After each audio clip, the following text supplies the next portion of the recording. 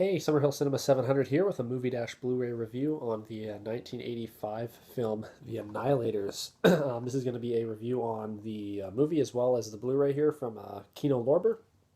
I did this video earlier today, but it ended up being way too long. It was like almost 20 minutes, and I thought that I went through too much, and I did it bit by bit of the movie, and I just wanted to keep it more simple, so this is a reshoot of this video. But anyways, uh, we'll get right into the plot here. And I had seen this, I bought this Blu-ray last year in 2019 when it was released, and it was my first time watching it, and I watched it for the second time yesterday. So I thought, might as well do a review on it now, because it's a pretty entertaining action flick here, vigilante movie. So let's get right into it.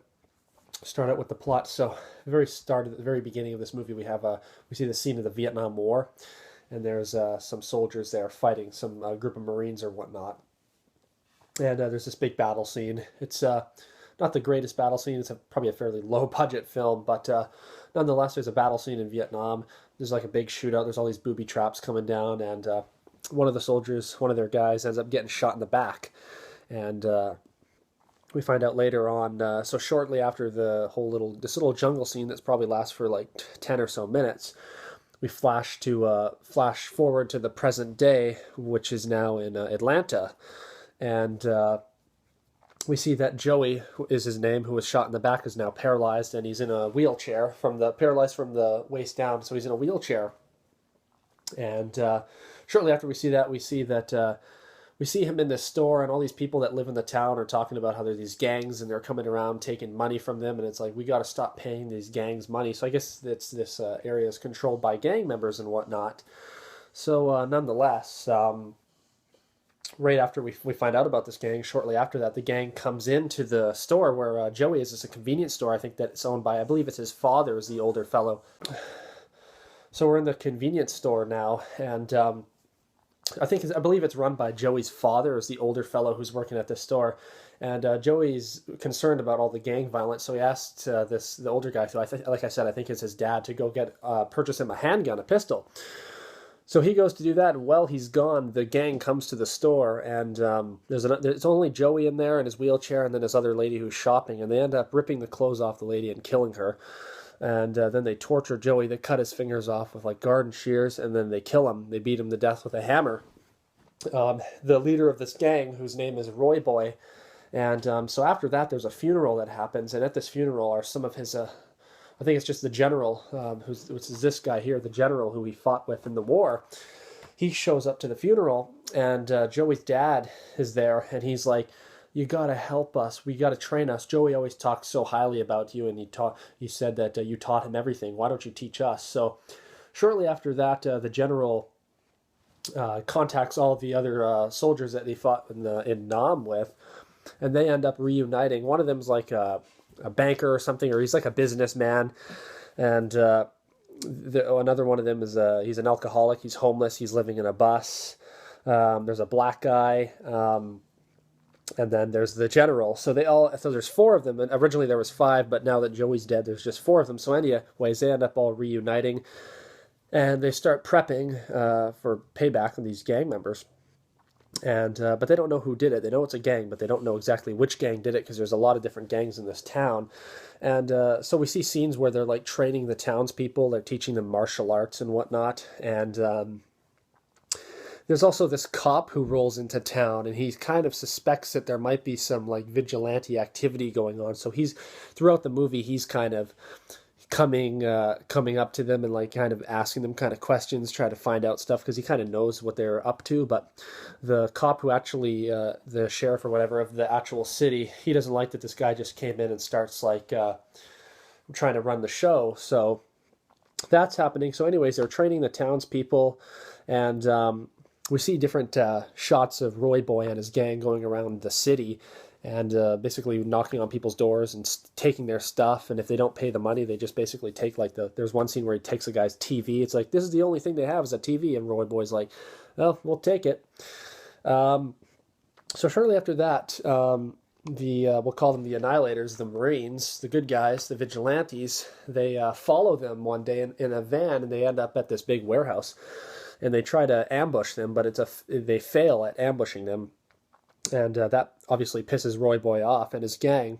And it's funny, this gang, Roy Boy, it's like you'd expect them to be like 20-somethings, maybe early 30-year-olds, like in most like of these action type movies. That's kind of the age range of the villainous characters. But these guys look like they're like middle-aged dads a lot. It's kind of funny. But so after this, their failed attempt at ambushing the gang, and they have found out at this point that I believe that they did kill Joey, because there's this homeless woman who witnessed the killing, and she didn't come forward at first. But when one of the guys, I think it's the drunken guy, saves her, she says, "I know who killed your friend." So now they know who it was. Anyways, after the failed ambush attempt, like I said, Roy Boy and his gang, they're very pissed off. They're like, somebody's trying to fuck with us. So he's like, we're gonna fuck with them, and they do. One day when the Annihilators, the Marines, are walking down the street, all of a sudden they roll up and start shooting at them, and there's this big shootout on the street, and one of the Annihilators, one of our good guys here, ends up getting shot in the back because he's trying to save a kid who walks out in the middle of the street during this big shootout.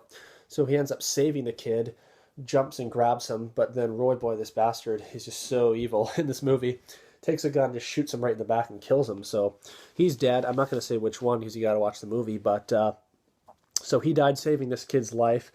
After that, they're all taken into the police station and interrogated because they're like, we know that you had something to do with this. But then of course that's the cop that rolled into town who's kind of interrogating them, and they end up getting let out because there's a lack of evidence. So shortly after that, we find out that there's going to be a big drug shipment coming into town. We see Roy Boy and his gang. There's going to be this big shipment coming into town, and the Annihilators are going to stop that from happening. So what they do is they end up stealing their van full of heroin. And there's this big chase scene, and they're chasing each other through the streets of Atlanta.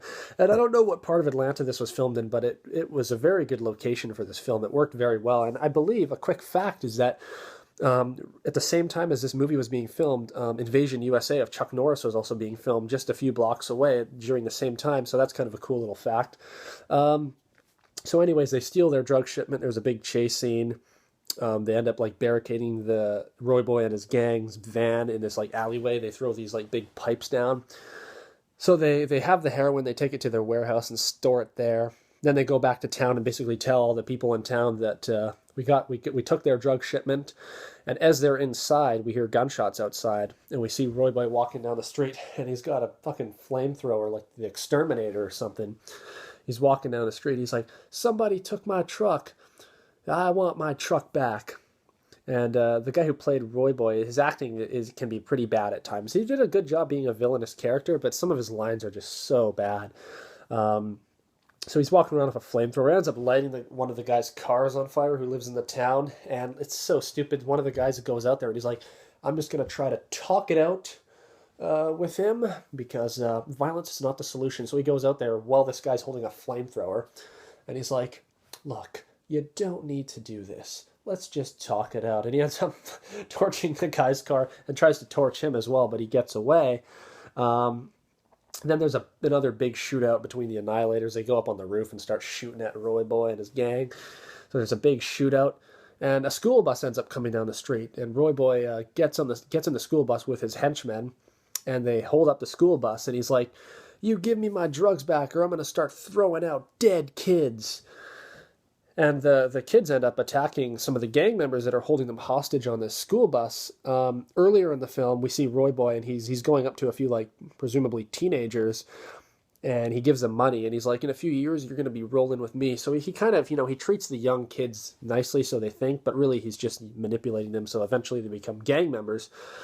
And some of these younger kids, they're teenagers or whatnot, they think that Roy Boy's looking out for them, their future.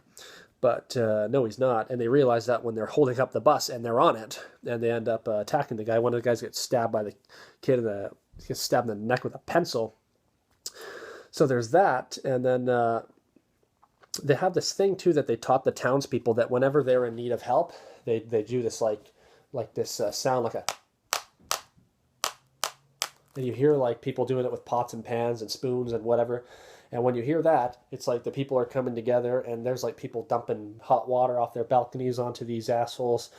And so it's basically, the soldiers taught the townspeople how to fight back and kick some ass of these scumbag criminals. Um, so that's happening, and basically the way that this movie finishes is we have Roy Boy and the general of the Marines. They have a big rooftop brawl, and Roy Boy doesn't have a very nice day, let's just say. Um, but you have to watch the movie to see that. But it's a great ending, a rooftop brawl. They've both run out of bullets, so now it's just hand-to-hand combat up there, and it's a great way to finish this movie off. And yeah, that's basically where it ends. We'll leave it at that. It's definitely an entertaining movie. Likable characters.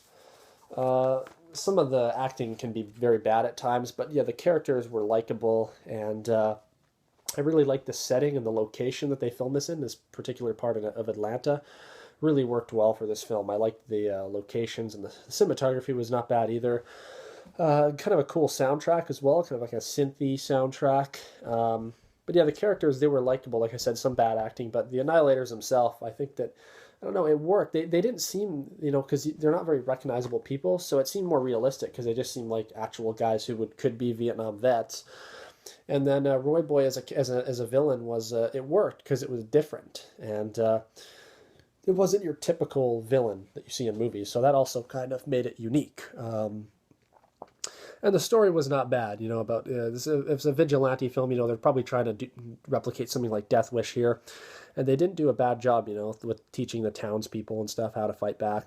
That part was kind of cool. And then just seeing, like, how their lives were after the war. Like, one of them's an alcoholic, and how they kind of changed their lives around and whatnot.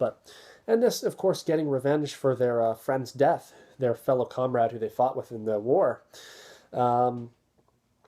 But yeah, for overall, it's definitely it's an underrated film, I will say, because you don't hear a lot of people talking about it. It's kind of one of those hidden gems. It's definitely an entertaining movie. So this Blu-ray from Kino Lorber, I don't know if it was released on Blu-ray or DVD or whatnot before, but the picture quality is very good on it. It has a brand new 2K restoration from the original 35mm interpositive.